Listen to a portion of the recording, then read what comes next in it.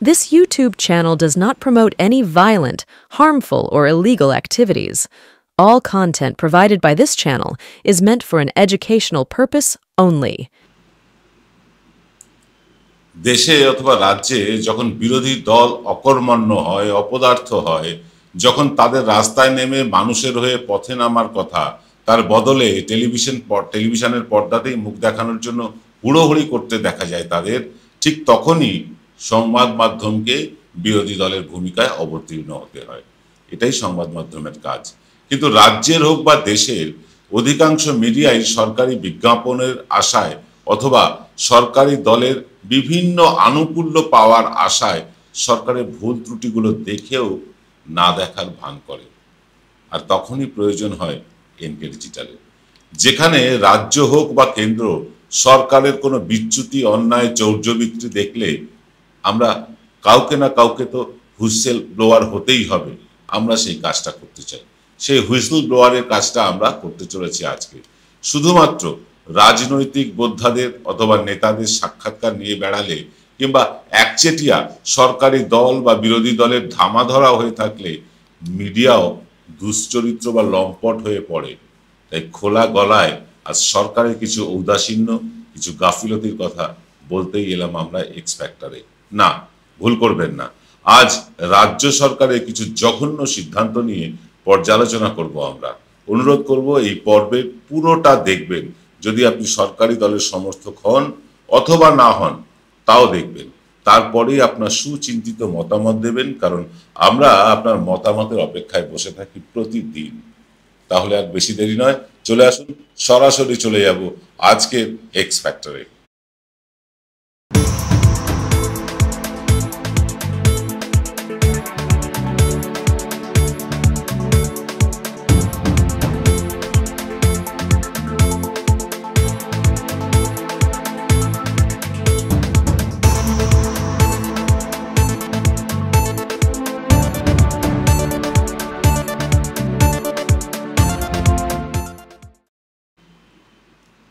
নমস্কার, আদাব, আমি আপনাদের প্রবীর বিশ্বাস। আপনারা দেখছেন প্রত্যেক দিনের অভ্যেস মতো বিশ্বজোড়া বাঙালির আওয়াজ এনকে ডিজিটালের রবিবারের অনুষ্ঠান এক্স ফ্যাক্টর।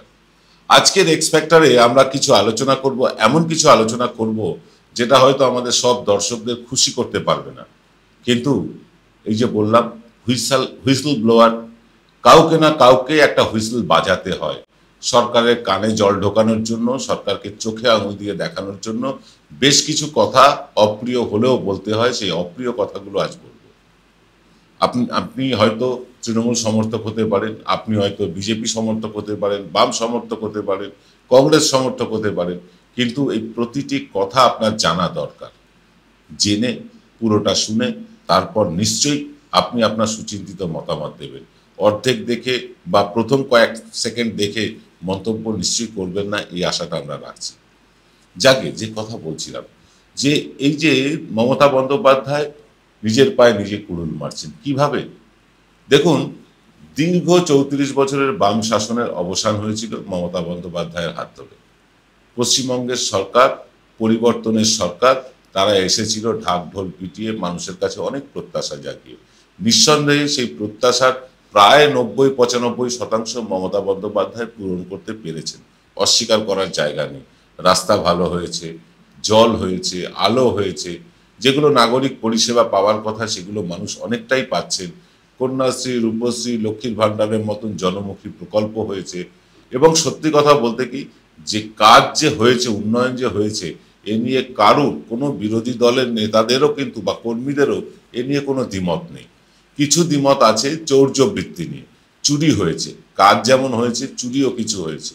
পার্থ চ্যাটার্জির মতন লোক কিছু দলের মধ্যে ঢুকে পড়েছিল, তারা চুরি করেছে, দলকে বদনাম করেছে, দল তাদের সংসদ ত্যাগ করেছে, সব ঠিক আছে।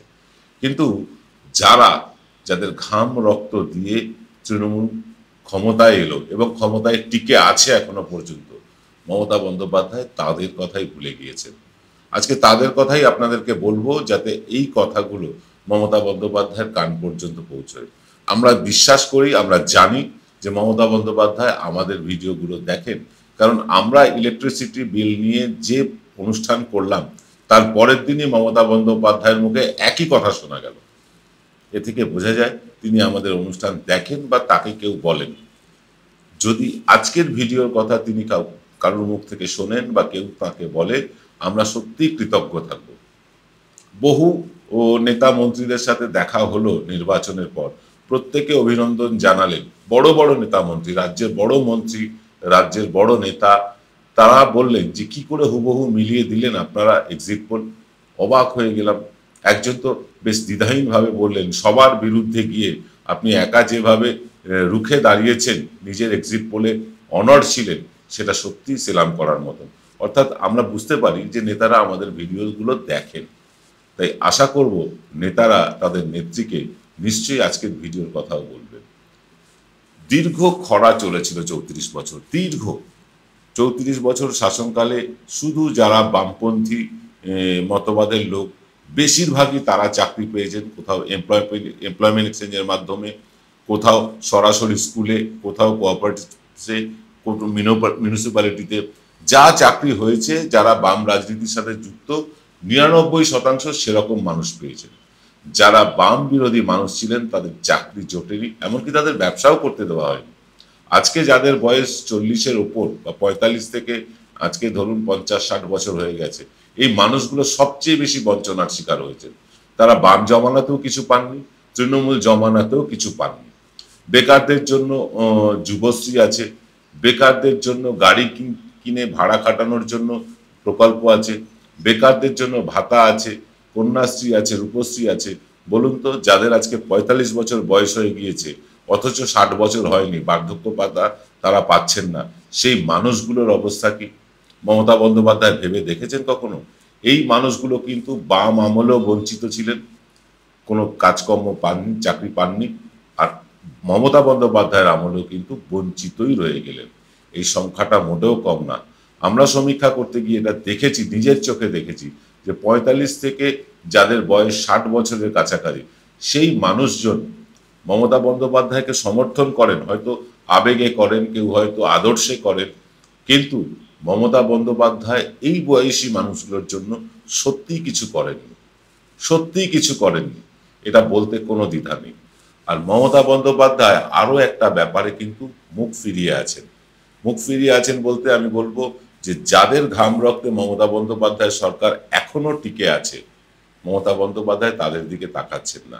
না, আমি দলের কর্মীদের কথা বলছি না। দলের কর্মীরা কাজ করবেন, করবেন না, দলের কর্মী হয়ে থাকবেন না সমর্থক হয়ে থাকবেন, সেটা একেবারেই ব্যক্তিগতভাবে তাদের ব্যাপার। কিন্তু দলের বহু কর্মী যারা ঘাম রক্ত ঝরিয়ে পরিবর্তন এনেছেন, পরিবর্তনের সরকারকে কন্টিনিউ করছেন, তাদের মধ্যে অধিকাংশই কিন্তু চাকরি পেয়েছেন। হ্যাঁ, সরকারের যে চাকরি, সেখানে তারা কাজ করছেন। কেউ সিভিক পুলিশের কাজ করছেন, কেউ মিউনিসিপ্যালিটিতে কাজ করছেন, কেউ পৌর নিগমে কাজ করছেন, কেউ বা কাজ করছেন পঞ্চায়েতে, বা কেউ সেচ দপ্তরে, কেউ বন দপ্তরে, বিভিন্ন জায়গায় কিন্তু অস্থায়ী কর্মী নিয়োগ হয়েছে। অস্থায়ী সরকারের কাছ থেকে স্থায়ী কর্মী হবে এমন মানসিকতা কেউ আর রাখে না, কারণ সরকার স্থায়ী কর্মী নিচ্ছে না। সবাইকেই কিন্তু ওই কন্ট্রাকচুয়াল বেসিসে নেওয়া হয়, অস্থায়ীভাবে নেওয়া হয়, তাদের চাকরিটা ডিসকন্টিনিউ করে দেওয়া হয়, তারপর আবার তাদের নেওয়া হয়, এইভাবে তাদের চলতে থাকে। কাল যদি এই সরকার পড়ে যায়, ধরুন চিরকাল তো মমতা বন্দ্যোপাধ্যায়ের সরকার থাকবে না, পরিবর্তন স্বাভাবিক। আজ না হোক কাল, কাল না হোক পরশু, 10 বছর পরে হলেও এই সরকারকে চলে যেতে হবে, 15 বছর পরে হলেও চলে যেতে হবে, 20 বছর পরে হলেও চলে যেতে হবে, এটাই কালের নিয়ম। কিন্তু চলে গেলে নতুন সরকার এসে এই কন্ট্রাকচুয়ালদের কন্ট্রাক্ট রিনিউ করবে কিনা এটার কোনো নিশ্চয়তা নেই। অর্থাৎ 60 বছর পর্যন্ত কন্ট্রাকচুয়াল যারা মানুষ তারা চাকরি করবেনই এমন গ্যারান্টি কিন্তু বহু ক্ষেত্রে পাওয়া যায়নি। বহু ক্ষেত্রে গিয়েছে, বহু ক্ষেত্রে পাওয়া যায়নি।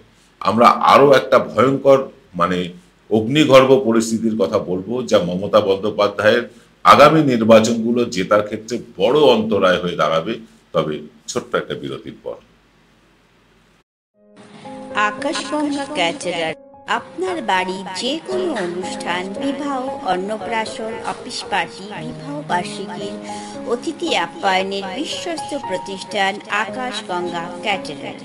আমাদের ফোন নাম্বার হলো 8240033987। জয়গুরু রত্নভান্ডার জ্যোতিষ চেম্বার। এখানে গোল্ড মেডেলিস্ট জ্যোতিষী বসেন। হাই কোয়ালিটির আসল গ্রহরত্ন সবচেয়ে কম দামে এখানে পাওয়া যায়। স্থান বেলঘড়িয়া রানীপার্ক বটতলা 2 নম্বর রেলগেটের নিকটে। 9681345722 এবং 9007778922। ফিল্লাপ বিরতির পর আপনারা দেখছেন রবিবারের এনকে ডিজিটালের অনুষ্ঠান এক্স ফ্যাক্টর। সাধারণত রবিবারে আমরা অনুষ্ঠান করি না, যেহেতু গতকাল আমরা রাতে কোনো অনুষ্ঠান আনতে পারিনি, তাই আজকে অনুষ্ঠানটা করতে বাধ্য হচ্ছি। আপনাদের কাছে এই কথাগুলো বলা জরুরি। দেখুন, 100 দিনের কাজে বহু মানুষ কাজ করেন। কেউ ড্রেন পরিষ্কার করেন, কেউ পুকুর কাটেন, কেউ রাস্তা তৈরি করেন। এই 100 দিনের কাজের লোকেদের কথা ধরছি না, এরা কন্ট্রাকচুয়াল না, এরা 100 দিনের কাজেরই লোক, এদের কথা ধরছি না। এদের টাকা কেন্দ্রীয় সরকার আটকে রেখেছে, মমতা বন্দ্যোপাধ্যায় নিজে থেকে কিছু টাকা দিয়েছেন, এটা ভালো কথা, এটা সাধুবাদ জানাই। কিন্তু বহু কন্ট্রাকচুয়াল কর্মী আছেন যাদের বেতন 6,000 টাকা, 7,000 টাকা, 8,000 টাকা, 10,000 টাকা, 12,000 টাকা পর্যন্ত, কোথাও কোথাও ক্ষেত্র বিশেষে 15,000 টাকাও আছে। আচ্ছা বলুন তো, যেখানে গ্যাসের সিলিন্ডার এখন 1,000 টাকা, সেখানে এই গড়পড়টা ধরে নিচ্ছি 10,000 টাকা মাইনে। 10,000 টাকায় কার সংসার চলে? 10% তো চলে যায় শুধু জ্বালানির জন্য, এরপর ইলেকট্রিসিটি বিল আছে, কারোর ঘর ভাড়া আছে, ছেলে মেয়ের পড়াশুনো আছে, খাওয়া আছে, ওষুধপত্র আছে। কোথা থেকে হবে এই 10,000 টাকা থেকে 15,000 টাকায়, বা এই 6,000 টাকা থেকে 15,000 টাকার মধ্যে? মমতা বন্দ্যোপাধ্যায় কি ভেবেছেন? অথচ মমতা বন্দ্যোপাধ্যায় বিলক্ষণ জানেন যারা এই কাজগুলো করছে তারাই কিন্তু পরিবর্তনের জন্য ঘাম রক্ত ঝরিয়েছিল। হ্যাঁ, দায়িত্ব নিয়ে বলছি, এই মানুষগুলোই কিন্তু পরিবর্তনটা এনেছিলেন। যারা পরিবর্তন আনেননি তারা এই সুযোগটাও পাননি, কন্ট্রাকচুয়াল কাজের সুযোগটাও পাননি। যারা সুযোগ পেয়েছেন তারা প্রত্যেকেই কিন্তু ঘাম রক্ত ঝরিয়েছেন। তাই মমতা বন্দ্যোপাধ্যায় সরকার এসেছিল বা মমতা বন্দ্যোপাধ্যায় সরকার চলছে। এবারের নির্বাচনেও এই মানুষগুলোই কিন্তু মমতা বন্দ্যোপাধ্যায় সরকারকে বা মমতা বন্দ্যোপাধ্যায়ের দলকে ঢেলে ভোট দিয়েছে। তাই আজকে এতগুলো আসন তারা পেয়েছে।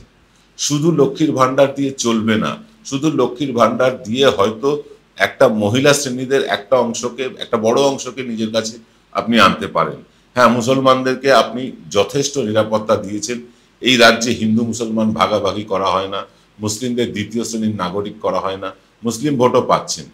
কিন্তু যুবকদের ভোট দরকার নেই যারা বিভিন্ন জায়গায় কন্ট্রাকচুয়ালের চাকরি করছেন। দেখুন, সম কাজে সম বেতন, এটা তো চাই। একই অফিসে দুজন পাশাপাশি বসে কাজ করছেন, একজন সরকারি কন্ট্রাকচুয়াল আর একজন পার্মানেন্ট। একজনের মাইনে হচ্ছে 45,000 টাকা, আর একজন সেই কাজ 8 ঘন্টা ধরেই করছেন, বরং বেশি কাজ করছেন, তার মাইনে 8,000 টাকা, 9,000 টাকা, 10,000 টাকা। একই কাজ করে কেন তারা এরকম অসম বেতন পাবেন?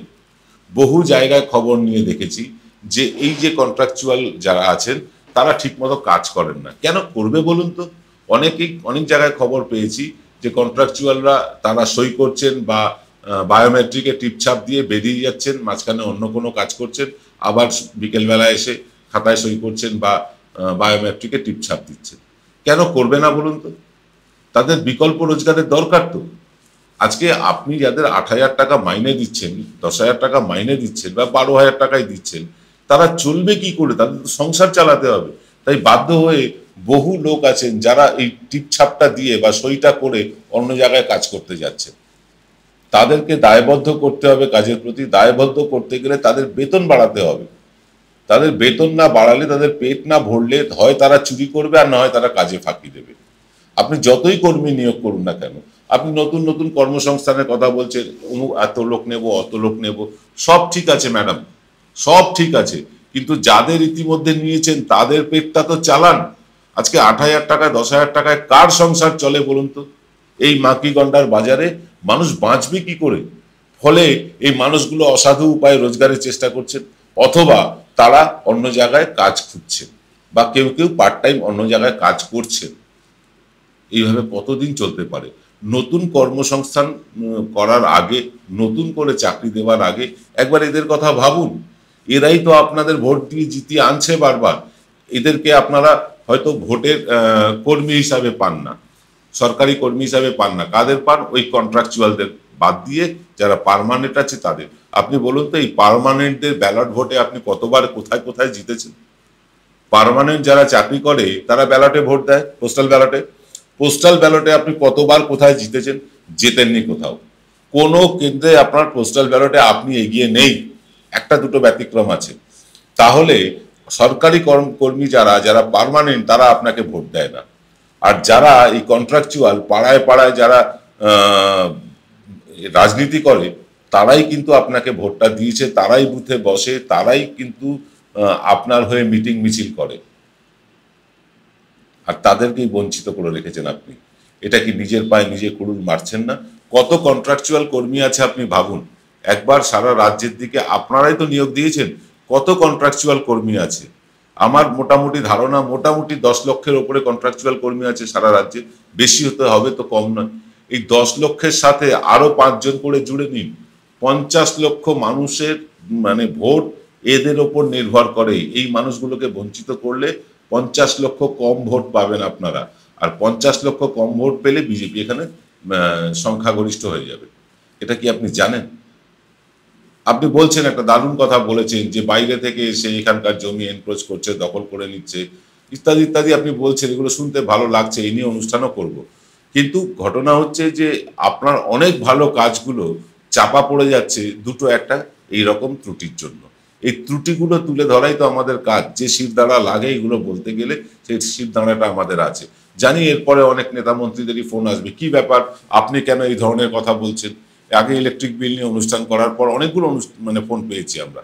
দেখুন, সত্যি কথা বলতে কি, এই চ্যানেলটা তৃণমূলের চ্যানেল না, এই চ্যানেলটা বিজেপির চ্যানেল না, এই চ্যানেলটা কংগ্রেসের চ্যানেল না, এই চ্যানেলটা বামেদের চ্যানেল না, এই চ্যানেলটা বাঙালির চ্যানেল। যেখানে যেখানে বাঙালির সমস্যা হবে সেখানে এই চ্যানেল চিৎকার করে কথা বলবে, চোখে চোখ রেখেই কথা বলবে।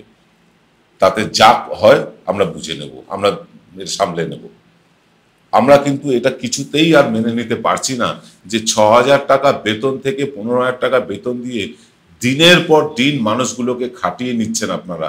8 ঘন্টা করে শ্রম দিচ্ছেন তারা।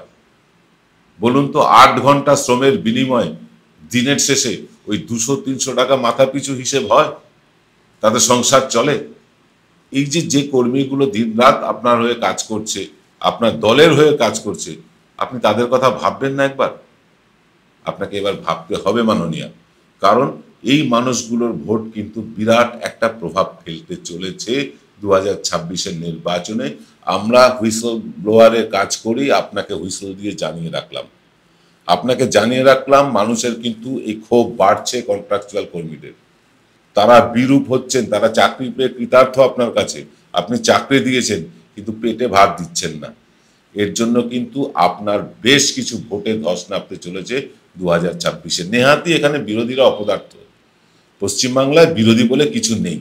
নেহাতি শুভেন্দু অধিকারীর মতন নেতারা আছেন, যেহেতু এখানে ওই অধীর চৌধুরীর মতন নেতা আছেন, যেহেতু সুজন চক্রবর্তীদের মতন নেতারা আছেন, যারা যে বিরোধিতা করা উচিত সে বিরোধিতা না করে টেলিভিশনে মুখ দেখাতে ব্যস্ত, তাই আপনি টিকে যাচ্ছেন।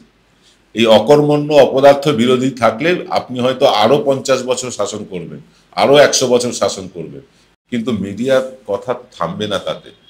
এনকে ডিজিটালের মুখ তো বন্ধ হবে না। আমরা বলবো আপনার বিরুদ্ধে, আমরা বলবো এইসবের বিরুদ্ধে, যে অন্যায়গুলো হচ্ছে আমরা আলবাত বলবো। বহু জায়গা থেকে বিভিন্ন রকম অনৈতিক গর্হিত কাজের খবর আসে আমাদের কাছে। আমরা সরজমিনে গিয়ে সেখানে তত্ত্ব তালাশ করে আমরা কিন্তু খবরও নিয়ে আসি। বহু খবর আপনাদের সামনে হয়তো তুলে ধরতে পারি না, কিন্তু যে খবরগুলো তুলে ধরলে আপামর বাঙালির লাভ, সে খবর তো বলবোই। স্থানীয় খবর হয়তো বলা উচিত না, বলিও না, কিন্তু এই যে কন্ট্রাকচুয়াল কর্মীদের এই অল্প বেতনে অনেক বেশি কাজ করিয়ে নিচ্ছেন, এটা কি মানবাধিকার লঙ্ঘন করছেন না আপনি? একটা মানুষের বেঁচে থাকার অধিকার কি কেড়ে নিচ্ছেন না? সে তো অন্য কোনো জায়গায় চাকরিও করতে পারবে না। আজকে যে ছেলেটিকে বা যে মেয়েটিকে আপনি 8,000, 9,000, 10,000 টাকা বেতন দিচ্ছেন, সেই ছেলেটি অন্য কোথায় গিয়ে কাজ করবে? সে তো আপনার কাছেই 8 ঘন্টা এনগেজ হয়ে থাকছে। তারপরে একটা মানুষ কি কাজ করতে পারেন? সম্ভব? বাস্তবত শরীর দেয়? কিন্তু আপনি বাধ্য করছেন যে এই কাজ করার পর কেউ হয়তো স্কুটার নিয়ে বেরিয়ে পড়ছেন, ট্যাক্সি হিসেবে কাজ করছে তারা, যেটা এখন নতুন নাম হয়েছে কি একটা, আমি মনে পড়ছে না। কেউ হয়তো কারোর গাড়ি ড্রাইভ করছেন, কেউ হয়তো কারোর বাড়িতে কাজ করছেন, কেউ হয়তো কোনো ডাক্তারের অ্যাসিস্ট্যান্ট হিসাবে কাজ করছেন। অর্থাৎ 8 ঘন্টার পরেও তাদের 5-6 ঘন্টা আরও কাজ করতে হচ্ছে শুধু গ্রাসাচ্ছাদনের জন্য।